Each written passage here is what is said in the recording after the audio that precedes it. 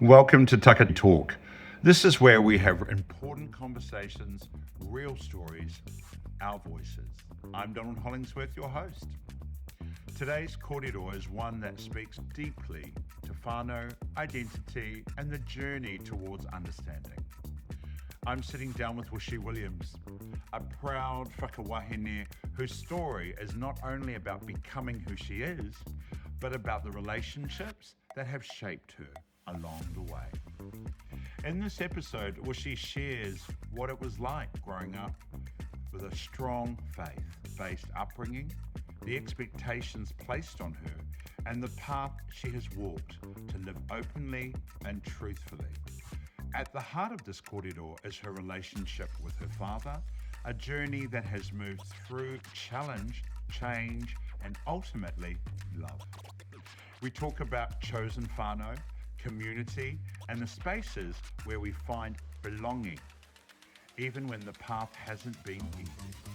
This is a story about transformation, acceptance, and the power of being truly seen by the people who matter most.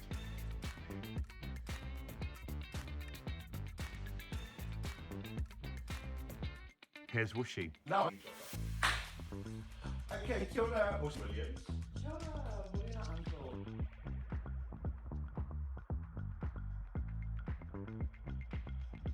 Welcome to Takatāpui Talk. Oh, that's so good. So, how are you really feeling today coming into this kōrero?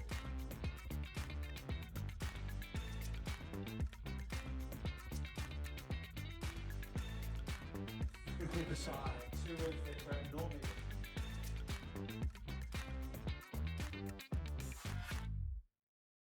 Describe me,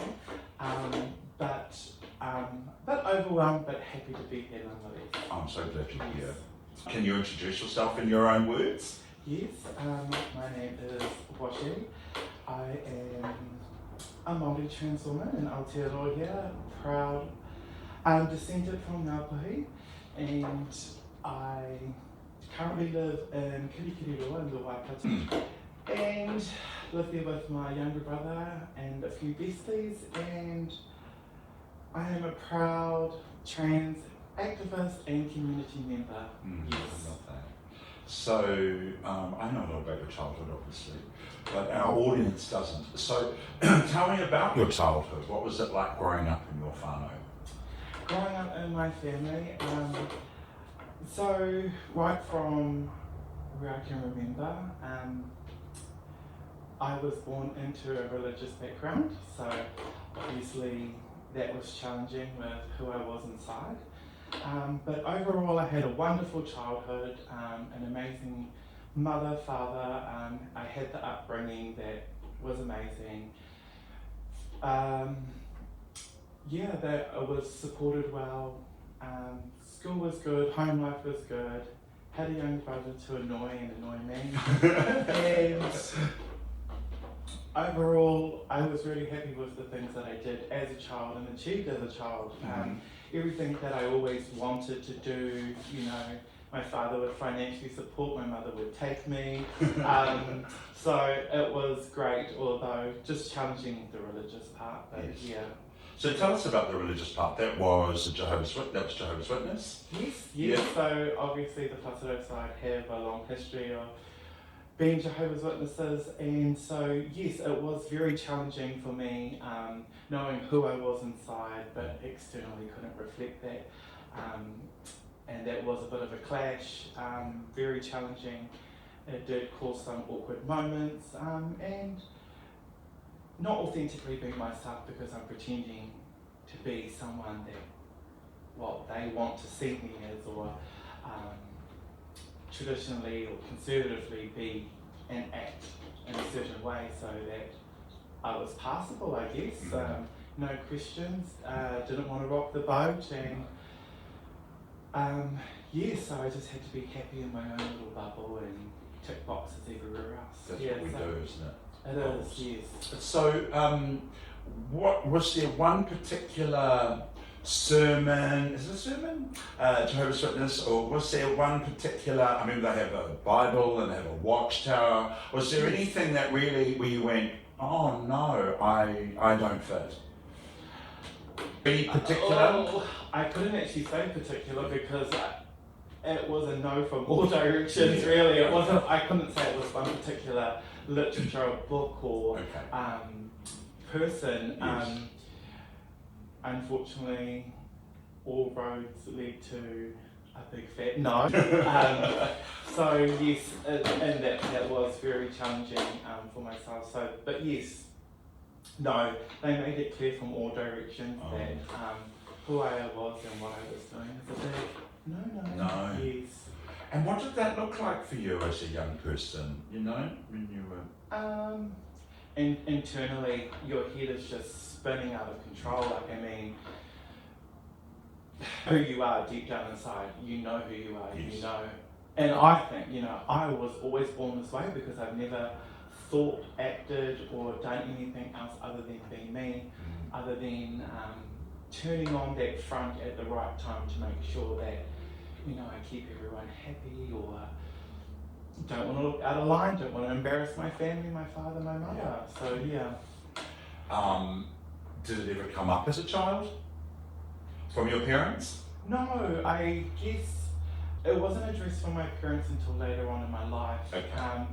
I guess as parents, or more so my father, they sort of prey on the hope that it could be a phase or a moment, or every boy wears a dress at some stage or puts on a makeup or has a hair tie in their hair. So I guess that they were just biding time to sort of see if it was that. Yes. Unfortunately, it wasn't. It wasn't. But I guess, it would have been new to them from the generation they grew up in, and so handle with caution. But it didn't quite come with a manual, No. So They just watched. yes. And do you think they looked at their religion for help or guidance? Yes. Like, I mean, they had certain literatures and books there that, they'd go over and I could feel that points were emphasised.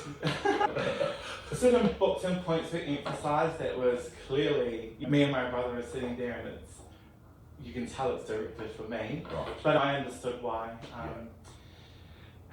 Was it difficult though? It's really difficult. Yeah. It is like an internal war going on inside.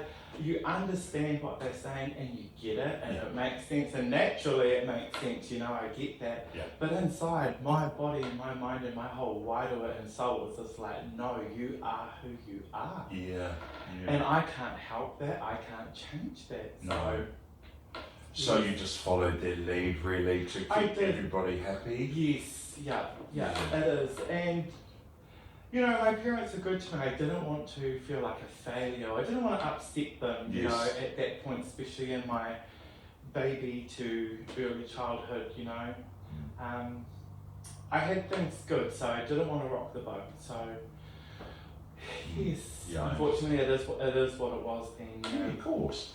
So when did you start feeling like when was the first start of when you understood that you were yourself? What sort of age were you like? Oh, I would have been, like 12, 13, around that age. It's sort of like, I'm at that stage now where I'm like, no, I know who I am. There's no second doubt that I know exactly who I am, what I am. And I'm just at a stage now where I've got to figure out, how do I get there? Yeah. How do I get to that? How do I get to a safe space with my parents and my family? Like we all do, run away! Run away! Yeah. Unfortunately, at that age, you just can't run away. No. Because you're 12. I'm 12. I don't have a dime to my name. Yeah. And was there a woman that you were like inspired by? I mean, I had lots of movie stars that I loved at that time.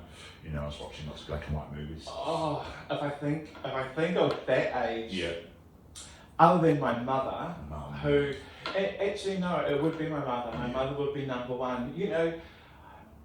Internally, I would watch and adore my mother. Yes. Oh, the hair, the long blonde hair. I want it on my head right now. I should have been born with this. I could have got it from my mother. Yes. And my mother, right from watching her do her makeup, to just her whole maternal, natural mannerisms, everything. Like, I knew that's who I am. Like, Yes. I'm exactly like my mother. I'm not like my father. No. I have my father's traits and some of his looks, but I know that my mother is who I wanted to be like. Yes. Or who I was, rather. Actually, who I was, you know. And I just wish I had got everything, right from those body parts to everything. And then, of course, everything else came, and my other inspirations would definitely be Marilyn Monroe, Yes. and Pamela Anderson, Yes, and class. Carmen Electra, and RuPaul. Yeah. Wow. You know, I could see the others because at that age, RuPaul would have not been allowed on our TV.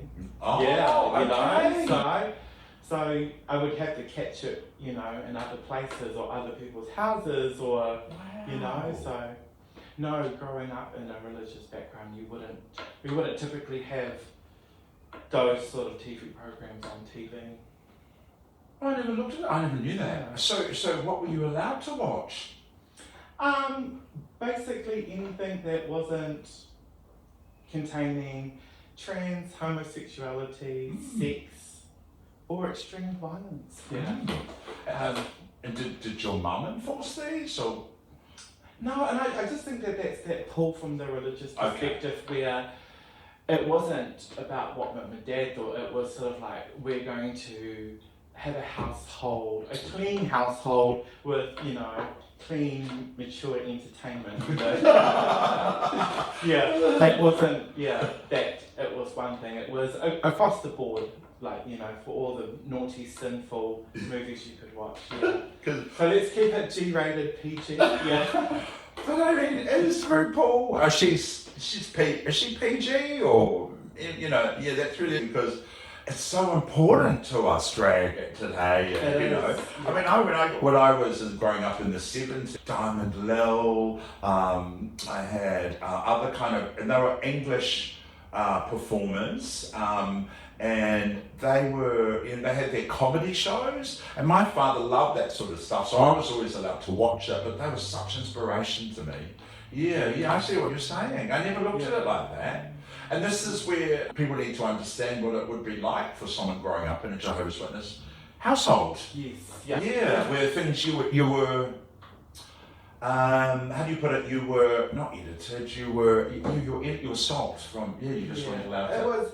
Obviously, the entertainment was there and it was great, but it was filtered. And Yeah. unfortunately, the part of it that was a part of me could not be watched or done inside the house. Yeah.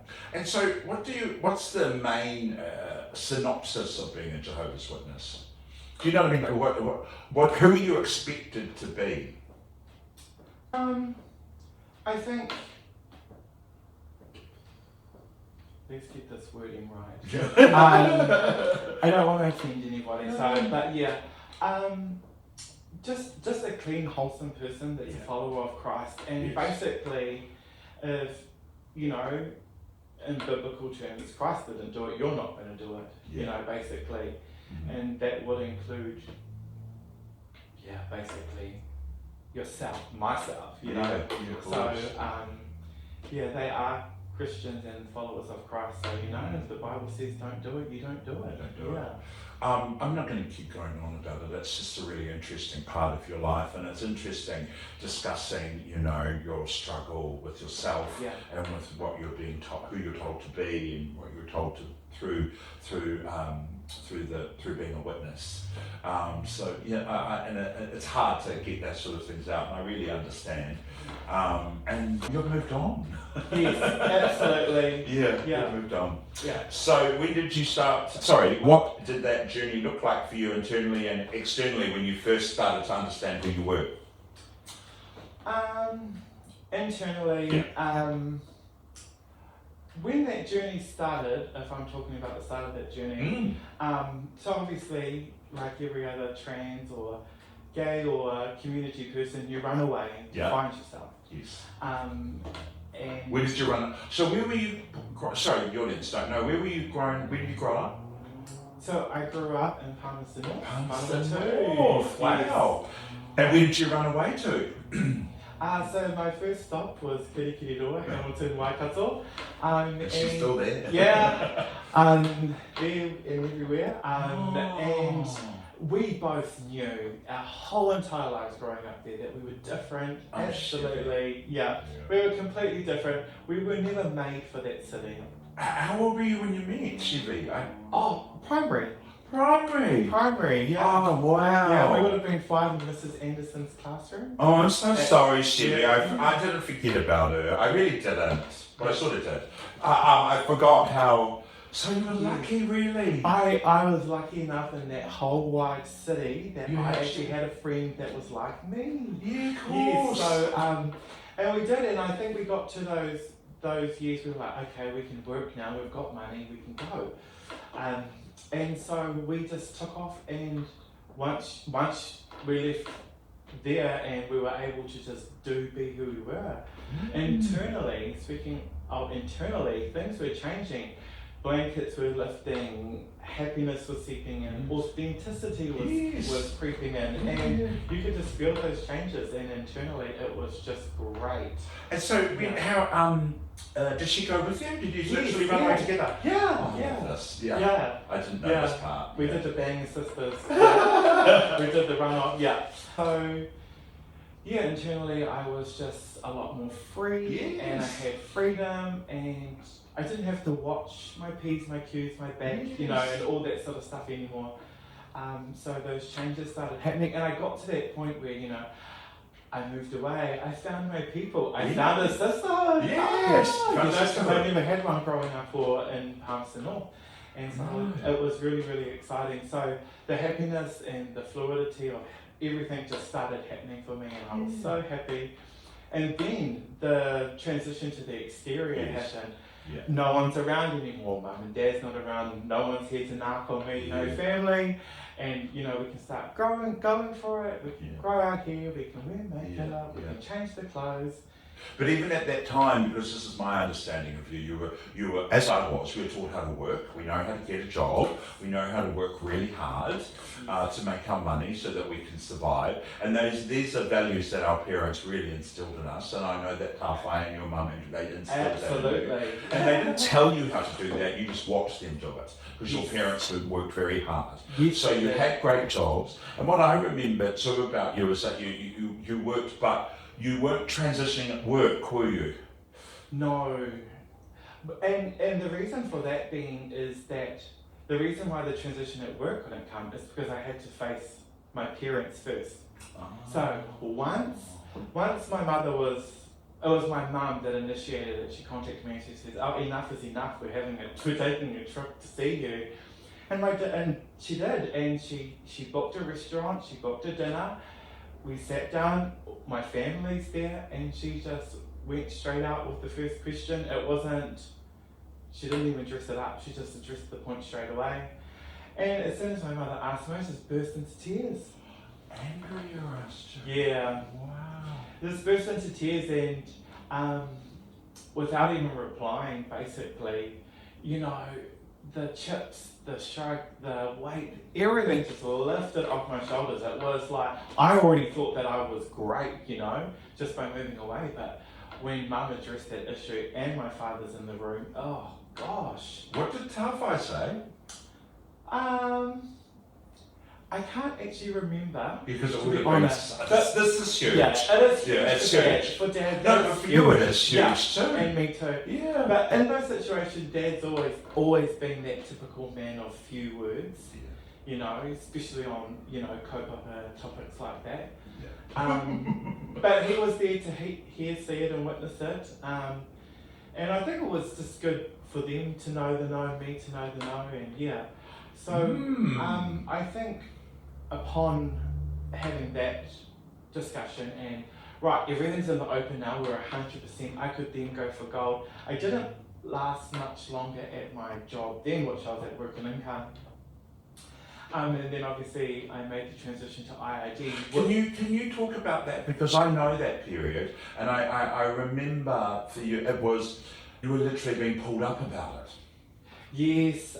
It's a different time too. It was the very early 2000s. Yes. I was just not long out of high school, and I had worked at StudyLink, and then obviously went to Work and Income. And you were really good at Work and Income. You were a case manager, yes. weren't you? And you really ripped into that job. And that's right, because I was for the people. Yeah. And also, taking up that job allowed me to see my community members that were finding it hard, dealing with racist, sexual, anti sort of people, and I used to love picking up those clients. You know, our young Takatāpui, our young trans things, those sort of caseloads, I loved taking care of those. But yes, in regards to working there, it was really hard because it was at a time where, you know, there hadn't been trans movements or publicity, and acceptance was still on the rise then when I first started there. So, you know, having long hair or, you know, wearing anything too feminine or earrings or makeup was like... You weren't allowed to do that? No, I wasn't allowed. Okay. No, their code of conduct, their dress code, very stipulated it, and it was very men's and women, and if you weren't a woman, you could not. Yeah, it was very, very strict when I was there. And were you going to HR? Yes, I ended up in HR many times. And how did you get through that? Like, what did you say to them? Like, you know what it's like, Uncle. You know, for us Takatāpui and trans women, you know what? When you can face the adversity of the world and the cruel cage that they put you in, you can face anything, including Work and Income and the government. Did you shut down when they... No, I kept going. No, I fought. And that's what we do. Yeah. We've been raised to fight and survive, and that's what we do. It doesn't matter whether it's on the street or in the government office of Work and Income. You're going to fight for your right, and if you're not wrong about something, you're not going to back down. We don't back down. So besides them, you know, for you know, just wearing more sort of your touches when you're at work, earrings, makeup, were they seeing anything else? Like, was there social media? Was there social media then? No, not really. Right. Facebook was on the rise. I think Facebook launched in about 2005. And that's right. You know, I had been at Work and Income 2 years after the birth of it. So, like, you know, you couldn't even get Facebook on your cell phone back then. So, like, you know, and cameras were 3 megapixel. Yeah. So, I didn't really have that.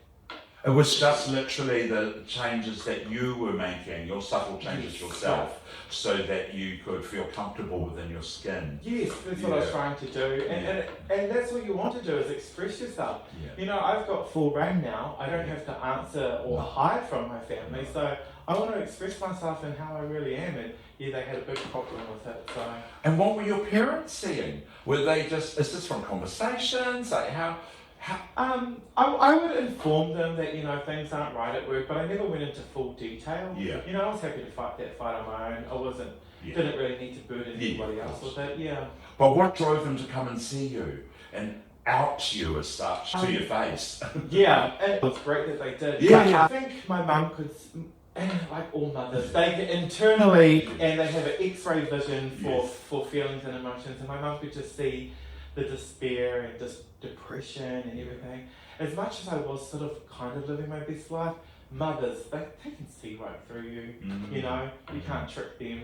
And my mother definitely could. And, you know, my mum actually expressed and actually said, you know, given the world and everything, she's seen, you know, trans in Takatāpui, you know, commit suicide due to depression or no family acceptance or what does your mum do for work? My mum, she's a nurse. That's right, yeah. She's a nurse. She already knows about Manaki. And, no, she absolutely does. Yeah. And I think just from a mother's perspective, she was just concerned that, you know, she didn't want her child to do anything, you know, like that. Suicide or just lie around being depressed. Yeah. Mum cared too much that she just pulled the reins and says, this is it. Yeah. Because there's always that question, you know, we just want you to be happy, and I'm like, I am. Yeah. Because I'm myself. Yeah. Yeah. That's what Mum said, I just want you to be happy. And given... And you're like, but I am, Mum. Yeah. Yeah, but you would have been so caught up in your emotions, definitely, at the time. And I mean, understanding my cousin Tawhai, he would have been shut down and sort of, you know, it would have been dark for him at the time sitting at the table. That's probably why you don't remember him saying much, because you probably didn't. Yeah, no, I don't. Yeah. So how does your relationship look like with him now? The relationship with my father, well, from childhood till now, is 360. Wow. I'm going to say 360. It has been a rough ride. Of course. A rough ride, like it is with any father in that situation. Well, most, but yeah, my relationship with my dad these days is good. I really love it. We can talk without pretending, we can exchange messages regularly. Wow. Messages, love yous, memes, Love you. you know memes, and like, Of course your father, you of know, course he loves you. yeah. Yeah.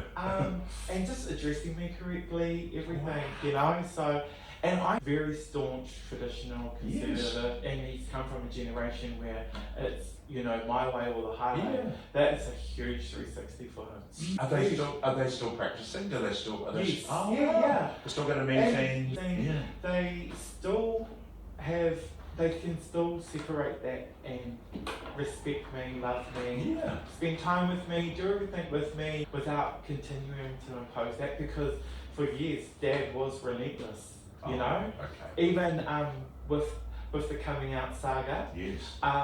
Dad was still relentless and still shared his thoughts and everything, and so that was a rough patch, you know. That was rough because Dad was like, yes, okay, I get you, but the but was there for a while, but this is what the Bible says, this is what, you know, God says, da da da da da. So that happened for quite some time, and he had really good moments, and then would have like a really bad moment about that topic, and then a really good moment. So it was a bit of a roller coaster, but I think the older Dad Scott, he's come around and we've just learned not to talk about that, you know, and he's just wholeheartedly accepting that. Well, it doesn't concern him.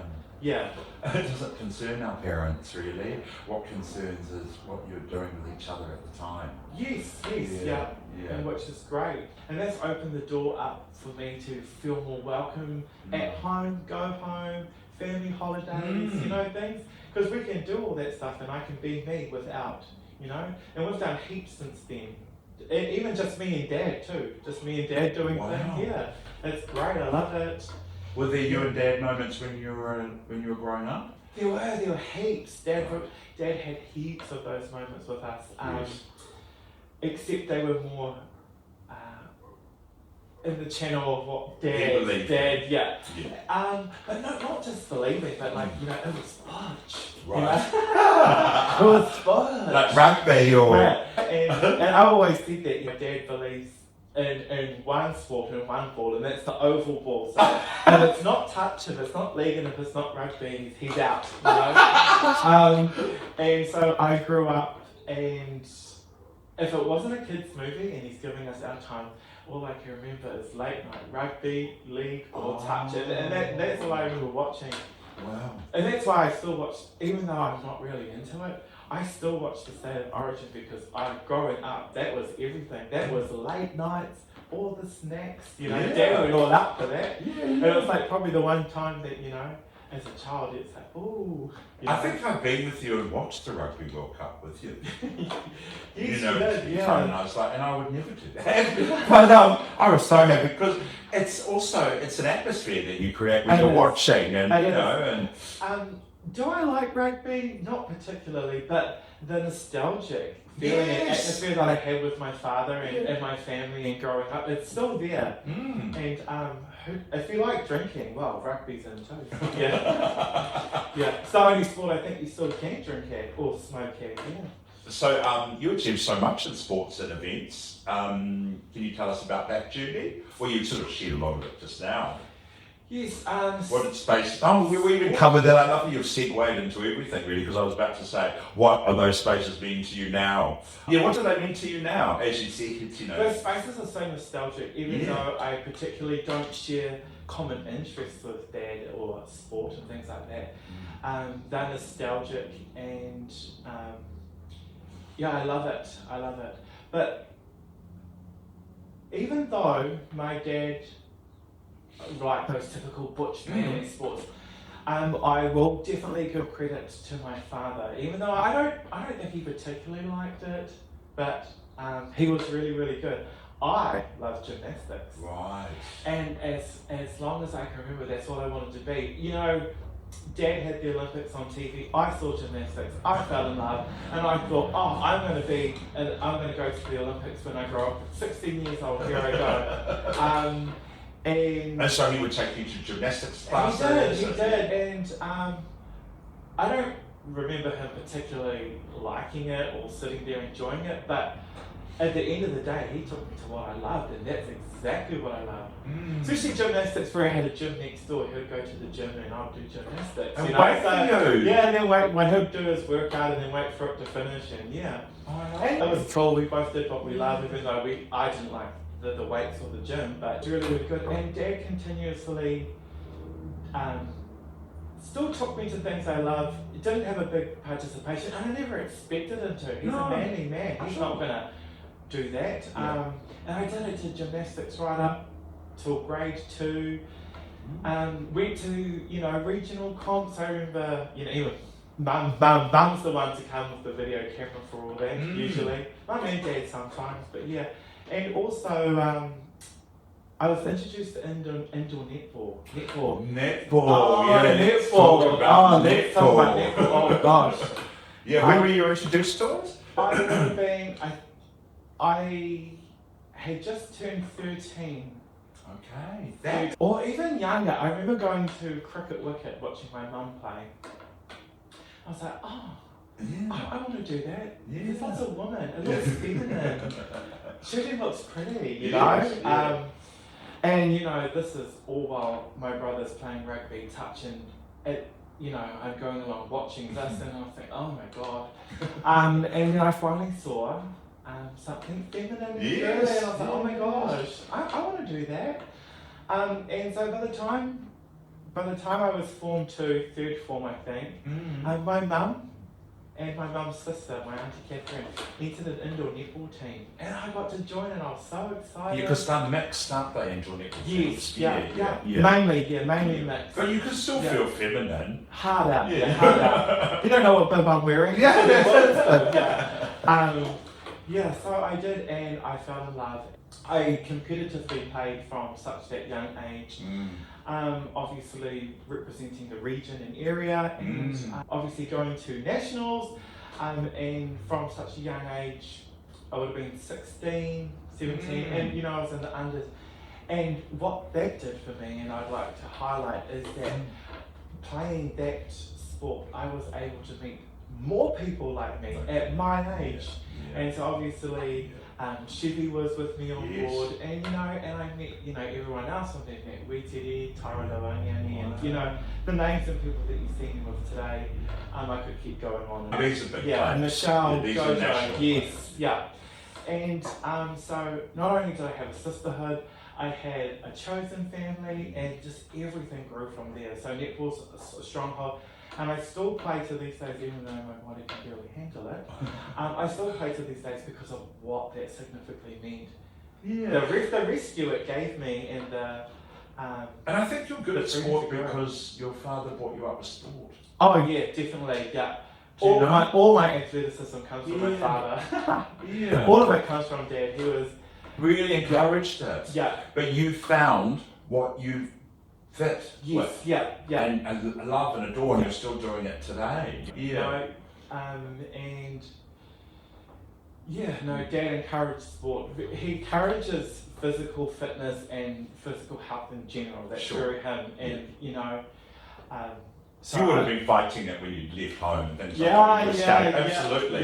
But then you fitted back into it so readily and so easily. I love it. And so netball has been a safe, and as much as I can't be bothered, I still play it because of what that significantly means. Not so much that I love the sport these days and been worn out, but for the people that have still surround me in the sport today and support me, Because you've just recently won a mixed. Tell us about that. Yes. We have just had that competition Easter weekend. Mm-hmm. And yes, I am still grateful to be playing with the same sisterhood, well, a good core of them anyway, to this day, and sharing that title with them. Yeah. So yes, it's nice to have a gold. And do you have an opinion about sport? Trans in sport, or?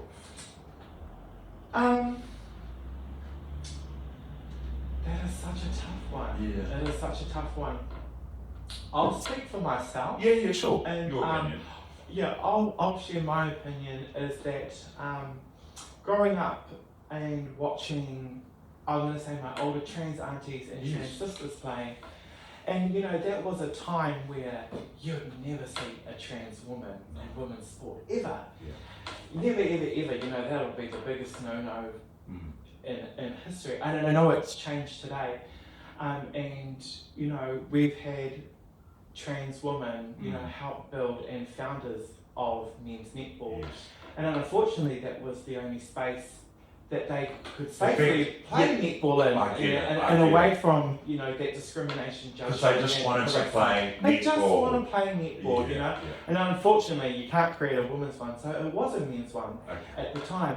And I have followed suit, and I don't believe that playing in a men's competition defines who I am. No. I am still a trans woman and a woman, and unfortunately I play in a men's league in order to fulfill the passion of the sport that I love. You still look like yourself though when you play. Yeah, you don't downplay anything. Yes. And you get those questions too, more so from the younger generation. Yeah. Oh, you're not playing women's, or you don't play Saturday morning or prem something. And I guess that I still sit in that space to just honour the woman before me,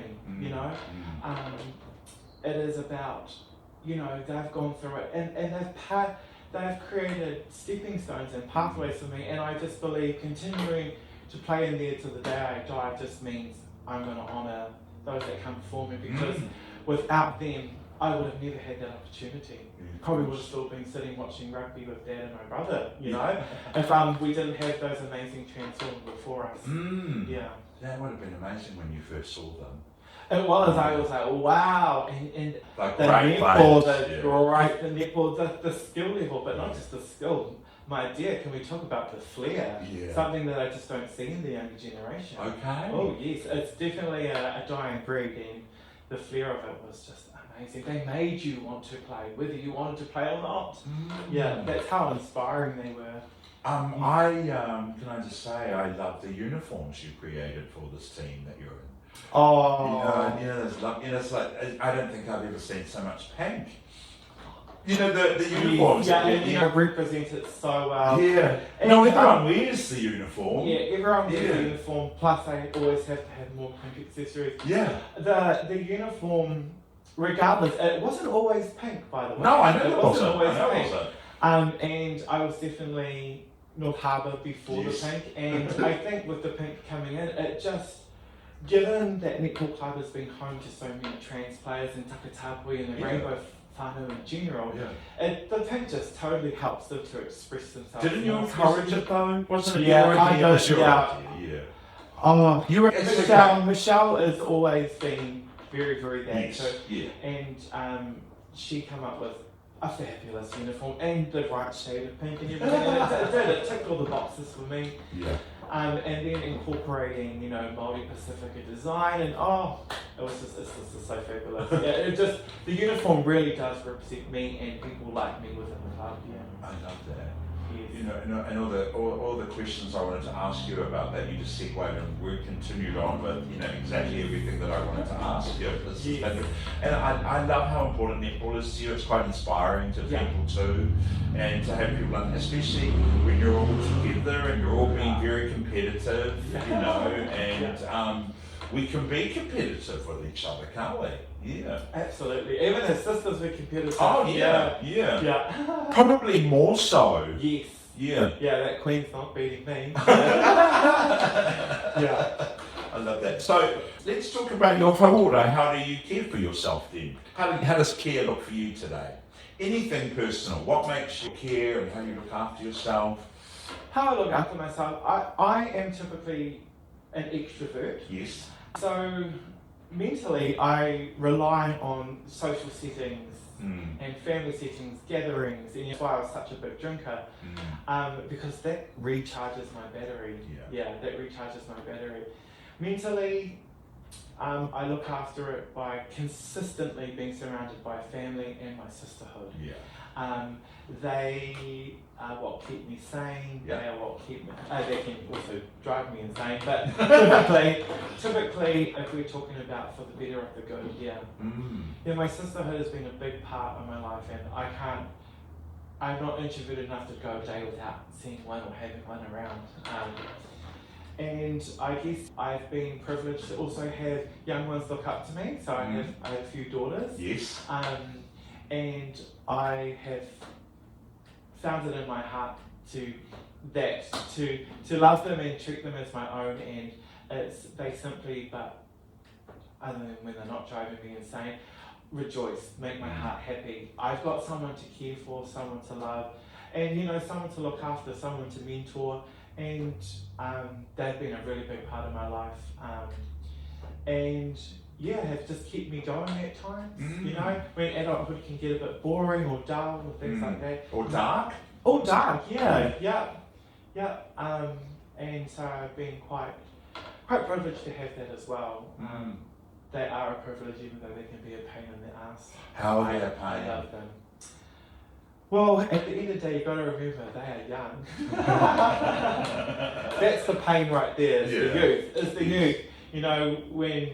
When there's such that huge age gap, and you have to consistently remind yourself, hey, that was you in your 20s, early 20s, teens, But other than that, no, I love each and every one of them. Do you think, when you talk about your daughters and being a lot younger, do you think their lives, like social media, is a lot of it's so much bigger than the problems that we had? I mean, if I think about going out to a nightclub when I was in my 20s, we didn't have phones. So, none of it was photographed. And the opinions that can come from social media. Yes, I think. Are these their pressures? Yeah, I would say there's been discrepancies due to social media. Due to social media, but everything else that they do is nothing more or less than what we did as kids. So, no, they're genuinely good kids and talented. I've been very blessed to have talented ones, and I really enjoy that their talents and fortes aren't in netball. I actually really enjoy that. I'm really blessed that most of them come and support me in netball, and they're like, yes, mother, you do your thing, And then I really enjoy supporting them in their forte and their burly work. And they're amazing dancers, amazing drinkers, amazing dancers, Vogue, ballroom. I have been so blessed with them in my life that not only have I got to teach them things, they've got to teach me things. So they've been an opportunity of learning as well. And yeah. Tell us about the ballroom culture. Ballroom culture? Because you had a ball. Yes, we did host a ball. If we go back to the start, when drinking with my sisters and then drinking with my daughters, so different. And every time we drank, they'd always it would be a kiki, it would be a buzz, it would be a vibe, and it wasn't a night of drinking or going to town unless you've Vogue. Clear the lounge, move the chairs, move that sofa. It's performance time. And for years, and I was just so adoring them for it. Like, it was amazing, and I really could see what ballroom did for them, and Vogue did for them. I could just see them authentically living, and that's what I loved about it. They were authentically living. I could see they were happy, and they just wanted to do it all the time as much as they could. And given what ballroom's like with so many different categories, I could see each and every one of them had their forte and burly work in each of those, and it was so good to see. And then eventually we attended ballroom in Auckland. Yes. Basically, Auckland is big, if you want ballroom, there's a big culture. They had birthed that, and they had birthed it, I think, in the early 2000s. And I remember some of my sisters in Auckland, and they would tell me about it, and they had youth up there that are the founding mothers Yes. of Auckland Ballroom Scene today, and I admire them. They've done an amazing job to bring it to Aotearoa, and it's grown, and it's provided a real safe space for our youth. It has, and they've done an amazing job. I applaud them 100, and applaud them to the point where that's also created a space for the daughters that I have today. And they love going when they can. You know, if they're not working, they're there. Because I mentioned, you know, people that are listening or watching, is that they might not know about the culture, and it's a culture that has existed for a long time. Yes. So it started in New York City, really, didn't it? Yes, in the 80s, I believe. Yeah, yes. and there's a movie called Paris is Burning. Yes. But the process is always the same. You have judges. Yes. How many judges? 10? I've seen it vary. Yeah. I have seen a minimum of 5, Okay. but I've seen up to 8, yeah. And they judge host or a Yeah, you have MC Chanter. MC yes. chanter, Yeah. yes. And they give you points of up to 10. Don't Correct. they? With scorecards. Yes, these days they more just give 10s. That it's either a chop or a 10. I haven't really seen anything in between as of late with the newer generation. They either hold up 10, or unfortunately, Chop. yeah, unfortunately a chop. Yes. I never knew that. Yes. Wow. And the MC is at the host. It's hard work. It's really fast. Amazing. You've got to be so quick watching all the voguers and the judges. Yeah. And Some of the MCs and chanters, they're so amazing at what they do. Sometimes I forget to watch who's walking, and I'm too busy gagging on the MC. And you know what they say, do, and the amount of breath that you need to do that job is It's just poetry, phenomenal. isn't It is. Yeah. It's poetry in motion. yeah. It's a whole skill set and awe in its own. And so I always think if you want to go voguing, you can, and go looking for it. If you've ever wanted to try, what sort of categories? Do you remember categories? Over the years that I have attended, I've seen so many different ones. But Yeah. obviously the main one, they always have a beginners or Yeah. virgin vogue. Virgin. They usually have anything from just hand performance, Nice. face, runway, Yeah. catwalk, runway, face, body, Yeah. sex siren, Yes. and then obviously different styles of category of vogue, whether it be vogue femme, butch Yes. queen, etc., etc. It's that whole butch range, queen yeah. one that I love. Love that butch Yeah. queen one where you've got Yeah. the campus boys being really butch. Yeah. Yeah. And is the outfit as important as it was in the, when we watch?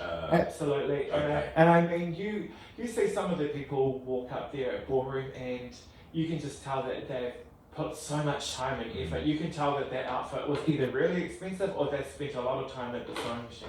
Yeah. Yeah. And that's how creative we are. Yeah. We are. And Yes.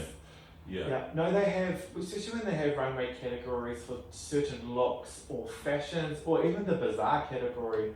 Some of the The stuff. that bizarre category. Yeah, oh my gosh, I've seen stuff that almost looks 2-story high to, oh my god, how did you make that? How are you walking in it? Yeah, so amazing, absolute, just talented and creative stuff. It's amazing. And how big are the audiences? Like when you did your ballroom over in Hamilton, Takatāpui in Hamilton, how many people did attend? Do you remember?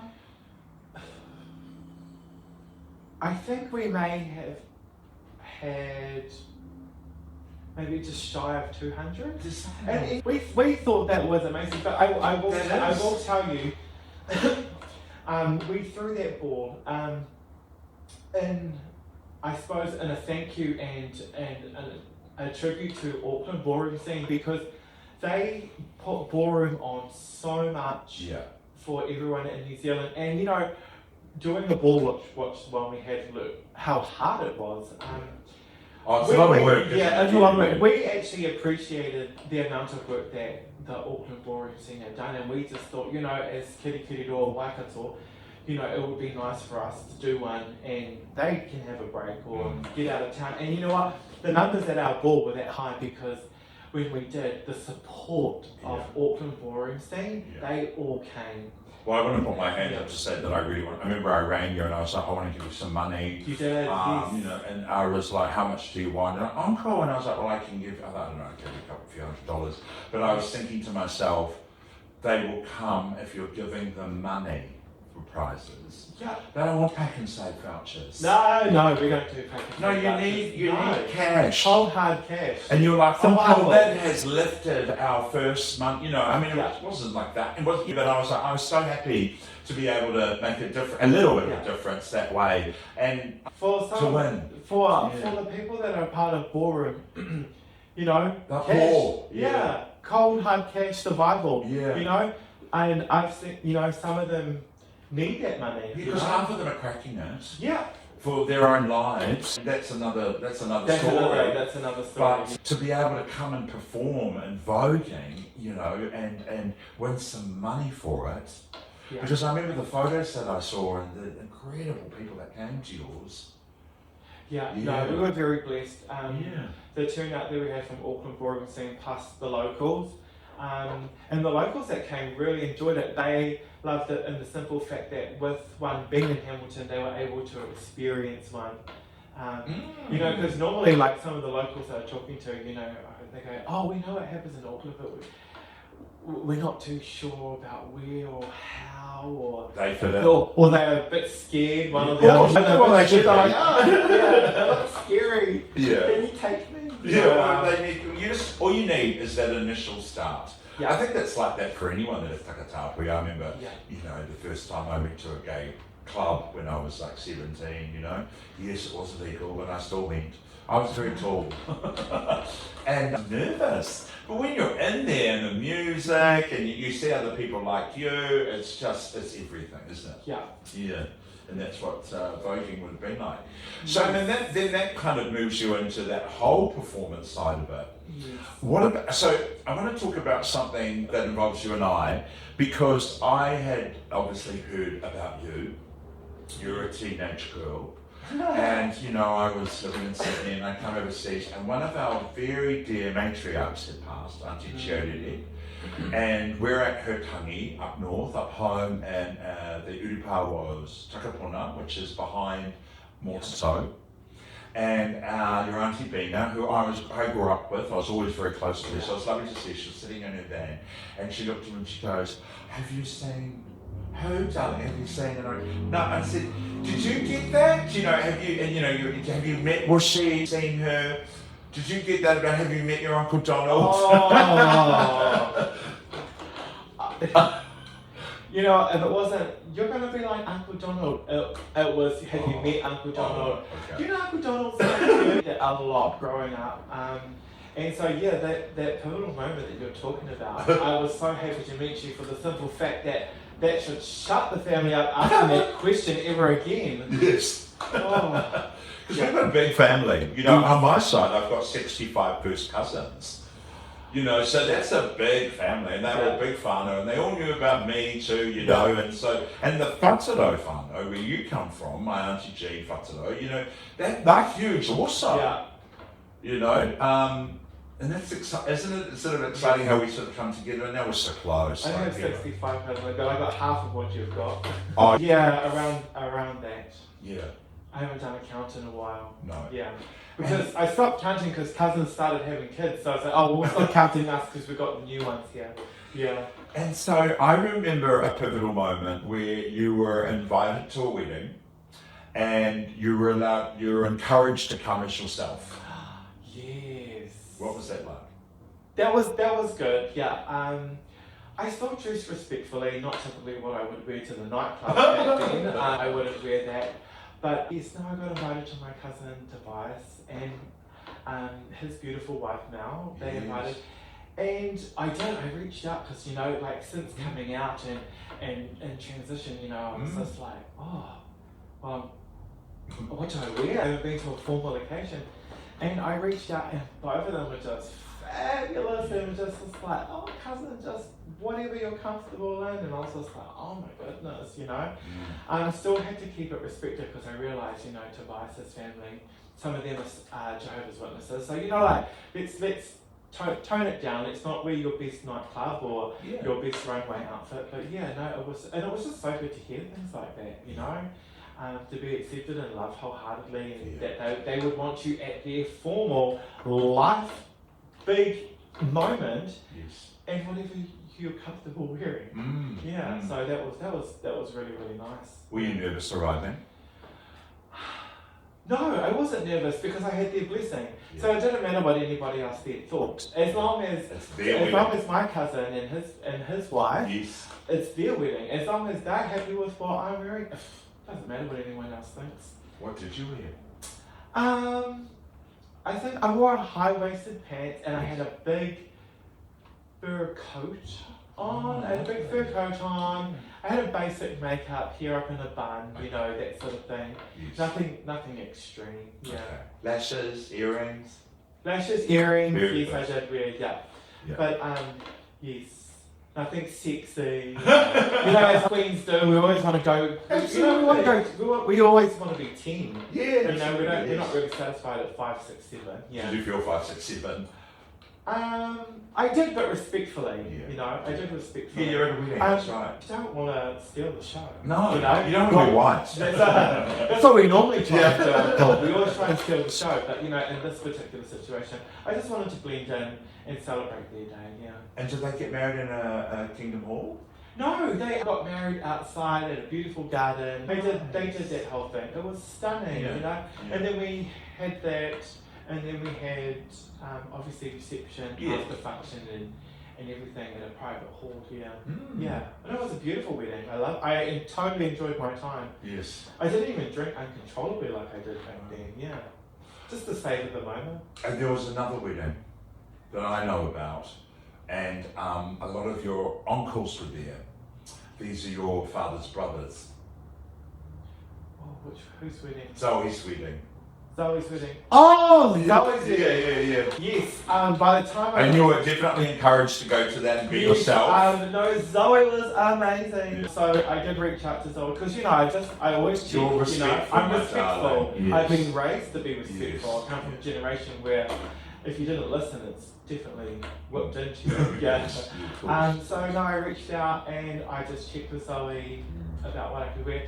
And she was amazing. Her and Tom, amazing. They're so respectful to me, and I did and that was where I even wore 2 dresses there. Yeah, no, you got changed. I had one for the ceremony and one for the reception. Now I'm being really queenie. No, I love that. And Zoe was a little bit different in the fact that I had grown up with her, and she knows me very well too well. I'm very close. And she's your cousin. She is, yeah. I spent a lot of time with her and her sister growing up, so and those were fabulous. I didn't have to come out to them. I was basically already out. Yes. They already knew. They knew. So I did go there. And that was high heels and dresses. That wedding, fabulous. And you have a lot of family there, and the family's just so fabulous. So fabulous. I'm really blessed to have a family that's just accepting and loving. And I do have my dad's scary brothers there. You know, they're not scary, but you know they. I'm absolutely blessed to be loved by them, and they respect me well. Yeah. I don't think David, Uncle Dave, Uncle Hati, Whātaro, Zoe's father, he's not scary. He looks it. He does. He does because he's the darkest of the whānau. Yeah. But he doesn't say scary things. No. He's not like that. Yeah. And so what did he say to you? You know what? Right from a kid, when it comes to Uncle Dave, regardless of how I acted and I was girly and this and that, he never said anything. Yeah. He never said anything to me in sort of, don't do this, don't act like that, I'm embarrassed, He was always embracing and always loving from the times that I would stay at his house, whether it be a weekend or school holidays or anything. He never said anything but encouraged me to be me. And him and Auntie Christine, they know. They totally did. Yeah. Uncle Dave's coming home from work, he's a builder, he's had a long, hard day, very butch job. Yeah. He's coming home and I'm sitting here and I'm doing his daughter's hair, and we're curling hair, straightening hair, and doing all these things and girly things and making up dance routines. At that age, Yes. And he's not silly, but and right to this day he's been fabulous to me. Well, I want to say that I might have taken the edge off for you because, you know, I grew up with him myself. Yeah. And I was, you know, doing Yeah. his sister's daughter's hair, you know, the Yeah. Tisha, Chelsea, Auntie B. Now they used to do shows with me when I Yeah. was, you know, sort of 10 and everything. So I think they might have gotten used to us. Yeah, Yeah. I do thank you for softening the blow there. I just give myself that. But it's not that they were ever reactive people to it. They never said that to me, ever did they say that to me. You know, I used to get Auntie B on Cousin Chelsea and Tish to do numbers where we do Womble numbers at Auntie Jean's or grandmother's wedding anniversary, you know. And I love that bond that we have because it's a whānau, you know. Yeah, I love that bond, and it's separate from everything that we have. We both have great friends. We both have great whānau that we love. But what we have is really separate to that because we're Takatāpui, and you know you're whakawahine, and it's really magical, and we're quite lucky to have each other. Yes, yeah. No, I've been very blessed that you have opened doors and eyes for some of our whānau, and I really credit you for doing it at such a time in life in a generation where it was very taboo or, you know, very not spoken of, and here was you just being your authentic self. We don't have any choice. No. That's definitely what I'm hearing from you, and I've always heard that from you. We can't act another way. We might be able to dress ourselves down, but we can't act another way. Being questioned, why do we speak like that? It was like, I don't, this is my God-given voice. Yeah. Yeah. Yeah, mentally you don't know any other way, any other way. The only other way you know is pretend to not be. Yeah. When the time is right, but other than that, no. It's too hard. Yeah, I don't know how people do it. I don't know how they do it either. Yeah, that's what I really love about our relationship. Yeah. And so moving on from voguing, when I asked you, because I had my 50th and you did that, and I was like, I'm having a Madonna evening for my 50th, and then I was like, could you please do a Madonna showcase, which you had choreographed with your other sisters and Chevy, and it was so special. Did you get bigger from that time when you did that, my 50th? Oh, yes. So I approached my daughters and said, hey, Uncle's 50th is coming up.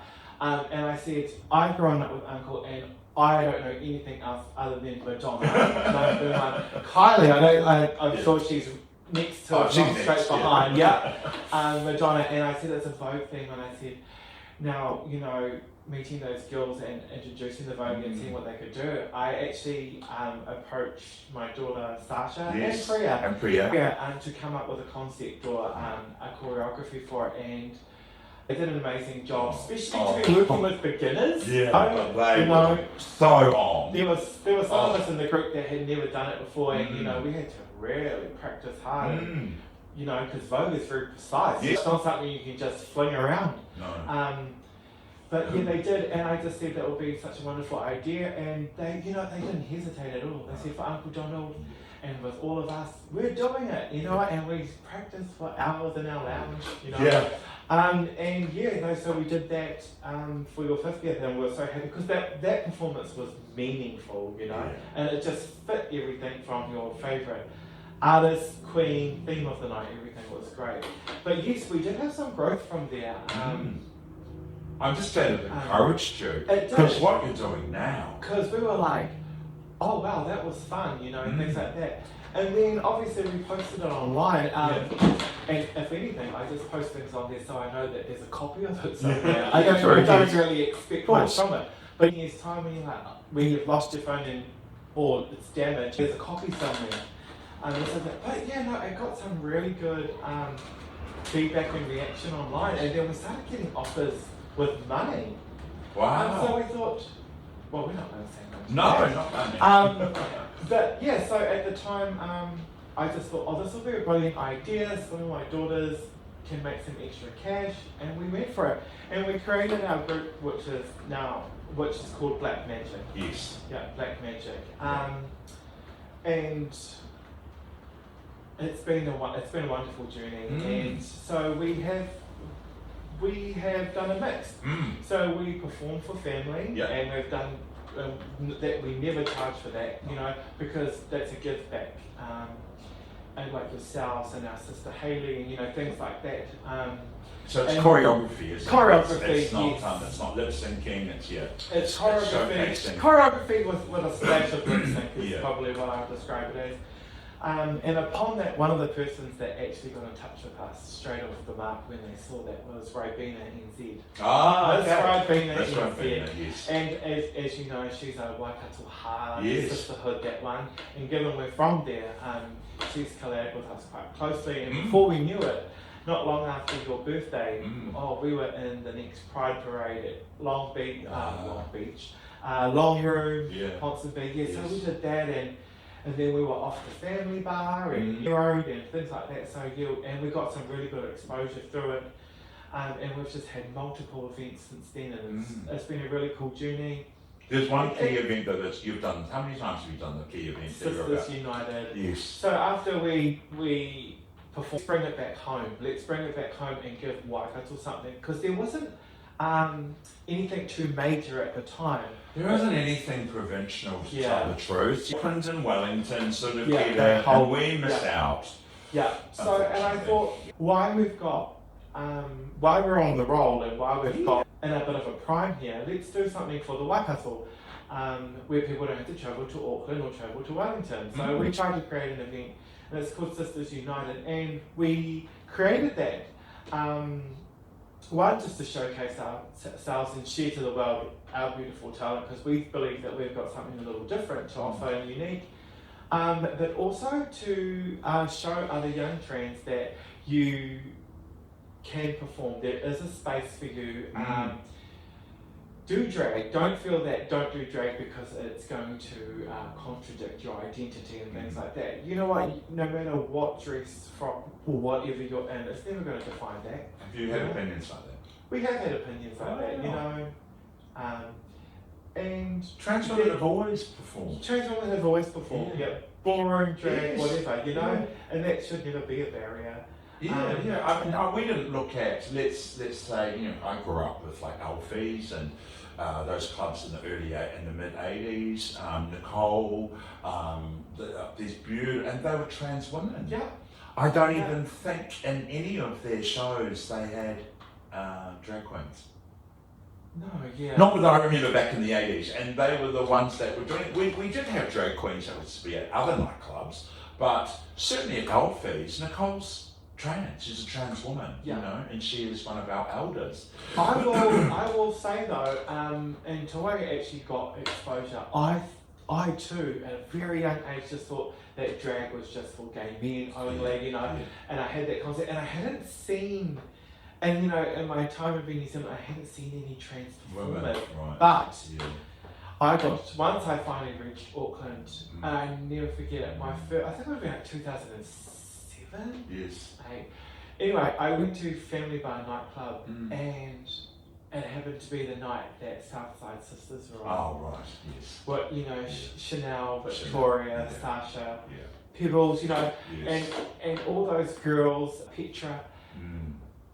And I went, wow, oh my gosh, not only am I seeing a trans woman perform on this stage, there's 5 of them. But wow, you know, and they're doing it as a group and they're doing it as a sisterhood. And I tell you what, that ignites something in me that I was so inspired. My opinion of it is that drag queens are acting that way. It's a performance, whereas trans women are that way. Yeah. Definitely. You know, performance, definitely. You know, they live that performance, they live it a little bit more. And even when we've had trans women that have come through, we talk about RuPaul's Drag Race, there's a little bit, like Peppermint, you know, like different. And who won, you know, the RuPaul's Drag Race All Stars? Kylie. Oh my god, I was so and then that beautiful Hawaiian girl that won one season, Sasha Colby. Nothing but. Yeah, it's different. It's a different level. Yeah. I really wish that at the time of me being so young, that there was a Kylie and there was a Sasha Colby on TV. Yes. I think my perception would have been a lot different. Yeah. But Yeah, I You think you would have stepped straight into being yes, a yeah, trans woman? definitely. Yeah, okay. Yeah, like I would have, as a trans woman, would have stepped into drag a lot Yes. earlier as well. Yeah. But yeah, and I just do it. And my daughters have done it with me because for us, I wouldn't say it's their favourite thing, but it's another opportunity. We view it as another opportunity, another performance, and time to be together. Yeah. A lot of our memories and our love for performing in drag shows isn't not just the show, but all the time we spend rehearsing Yes. together and laughing together and having a drink after together and going to town together. Yeah. There's a lot. I think there's a lot more to it than what people just see with the performance. Yeah, I really enjoy and cherish the memories and time that's actually in and around it. I love how you call it Sisters United. Yes. Yeah. Yeah. Because I love that. Sisters United, because for me sisterhood is a saviour in some sort of way.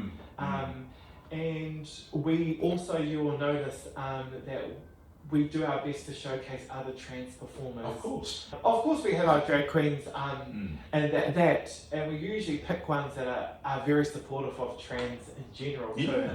Yeah. Like the likes of Rita Menu and Yes. Chichi Lakai. They're for the sisters, they're for the dolls, they're for the girlies, you know. And then we try and feature as many trans as possible. We had Cara, Vanessa LaRue. This year we've got Miss Gina, which I'm really happy about. Yes. Trinity Ice. Okay. Wow. Yeah, so we've got to. Yeah. It's gotten big. We've got to work along aside other trans performers and drag queens other than, we're just used to hanging out with ourselves. So it's been really, really good. Because you've always had lots of numbers. People have always gone, haven't they? But then in the beginning, it was a huge night. People can get in. I didn't go, but and I do apologise for that. Because I'm also always having these moments. Yeah. And you go. So there was people desperately trying to get in, and it was wall to it was wall. only just because you just started. You hadn't necessarily been a hosting, but you'd only just started really. Yes. So a lot of these city queens, shall we call them, they didn't even really know about it, did they? You were just thinking about giving back to Kirikiri, giving back to the community down there, and giving them a show. Yeah, and we had a bigger response. The response was overwhelming. Yes, from the public. We were expecting that. We were expecting something a lot smaller. Well, they're hungry for it. But, we learned that, and then as soon as we hosted the show, the feedback and the comments, and I felt like I had a 3-hour interview after the show with everyone asking questions. But the feedback that we got was that there are so many locals that just wanted a show, and not only that. What I liked was the feedback was unique in that the type of show we put on is what they were looking for. Oh, wow. Yes, the type of show.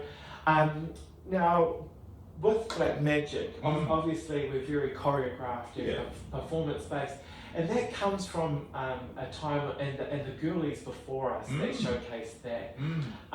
And so when Black Magic performed, we got a lot of feedback around, I haven't seen that since my girl, blah, blah, blah. I haven't seen that since that That's the the 90s. Could relate our performance to something they'd seen in the 90s, and in the 80s. And we just don't see that anymore. So that's why we actually got a really good response, and that's why we've had a growing crowd come back every year. Is that, and just, and Cola. Everyone loves Cola. Yeah, Cola. All our local. She's so seasoned. So, she's and funny. I love Cola. Funny. Yes. And our local dancing diva, Rita Menu, who's also a Ru girl from down RuPaul's Drag Race Down Under. Yeah. And we love having her. She's been so supportive of Black Magic, and she's worked really hard to create a platform of her own. And now that she has this platform, it's always inclusive of trans performers. Nights she dedicates to trans, and including Black Magic and so much that she does. We're very grateful that she continues to reach out. So we love working alongside her too. Great, that's such a great night. So this year will be your how many years? Number 4. Number 4. Yeah, number 4. Yeah. Wow. Yeah. I'm giving back to you to apologise for not coming to one. which is not, I mean, I shouldn't even laugh about it because, you know, we should total for her support. But Miss Robina reached out to me, and obviously, you know, I'd had younger days when I'd done a bit of television, and I was always doing red carpet sort of things. It was called the G List at one stage from a TV show called kōrero on Māori television. That was with Aotearoa.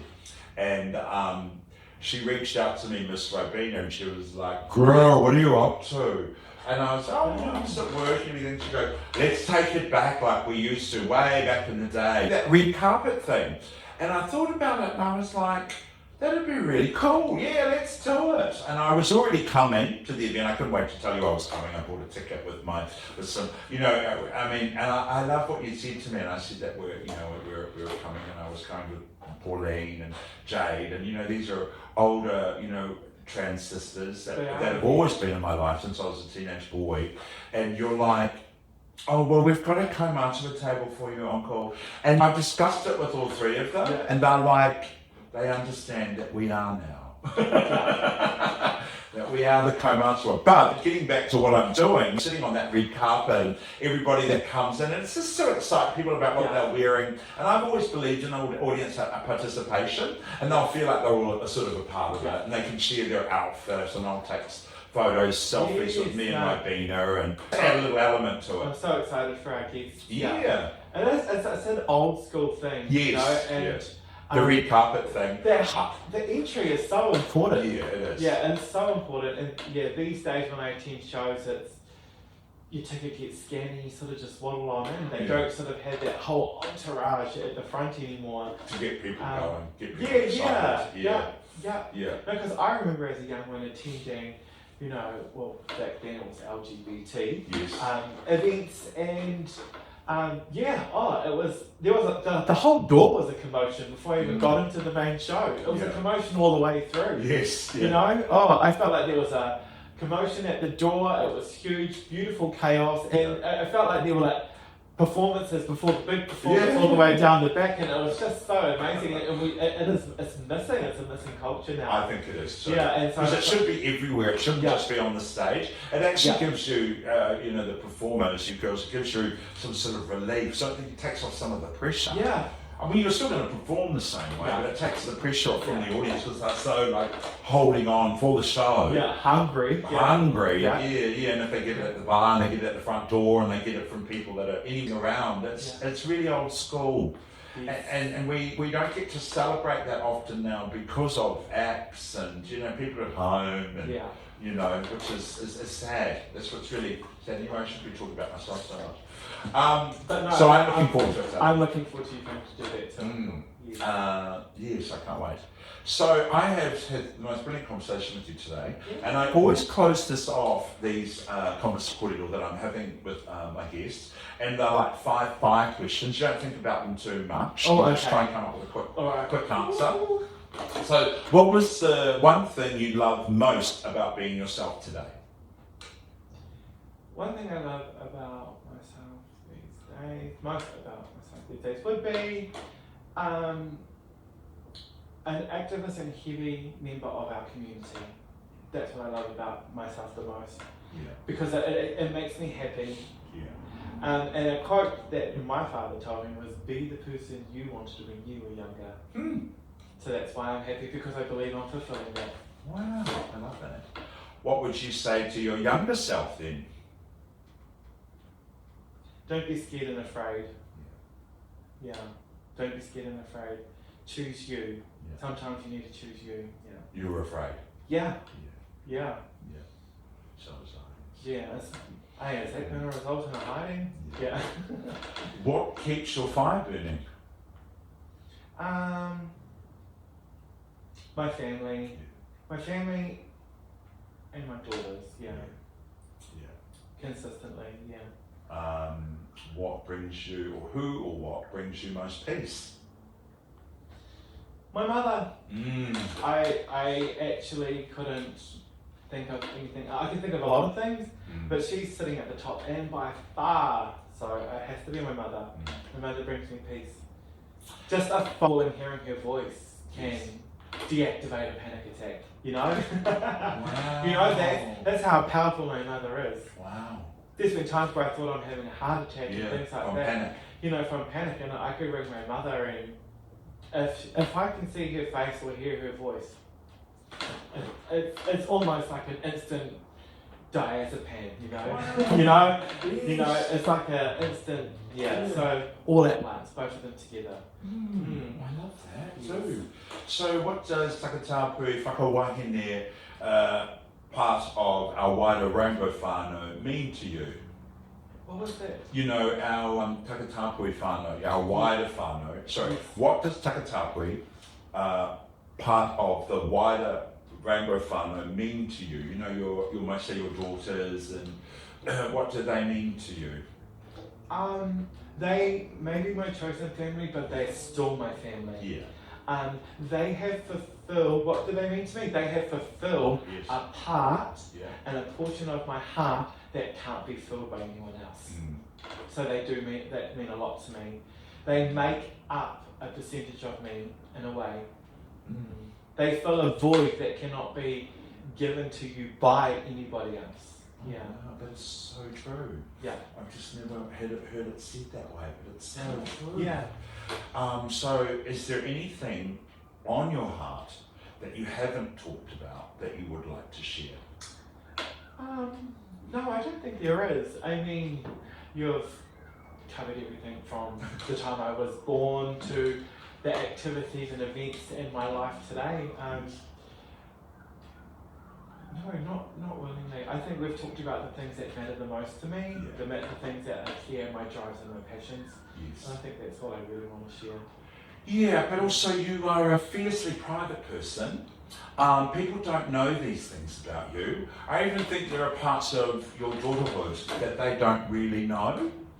I think this is from me knowing you as your uncle, and people will start to really hear your side of it. Yes, I'm exposed now. Well, it's not. I know. I think it's a really important conversation just for, you know, the fact that you and I are having it in our own relationship, but then also for your wider Takatāpui Whānau women that you know and are very close to, and they might not know the way that you truly felt about things. And I'm so happy that you shared this with me today. Oh, yes. No, I'm very happy. Thank you for having me. And as you're right, there are going to be some people out there that watch this that relate to it so much. And then, yes, if any of my daughters watch it, they might go, oh, she does love us. Because I want them to do so well and be so good that I'm like my father, high expectations, drive. And I never thought I would, considering, you know, I had a similar upbringing and now I'm doing it to them. But that's because I love them so much and I just want the best for them. I want them the best for them, and my passion comes from seeing them be so achievable in things. And Yeah, that's why you're so well organised. If I think of all the things that you've done, you've always been an organised person. You organise everybody. I'm telling. So thank you so much. It's been a beautiful conversation, and I've really loved it.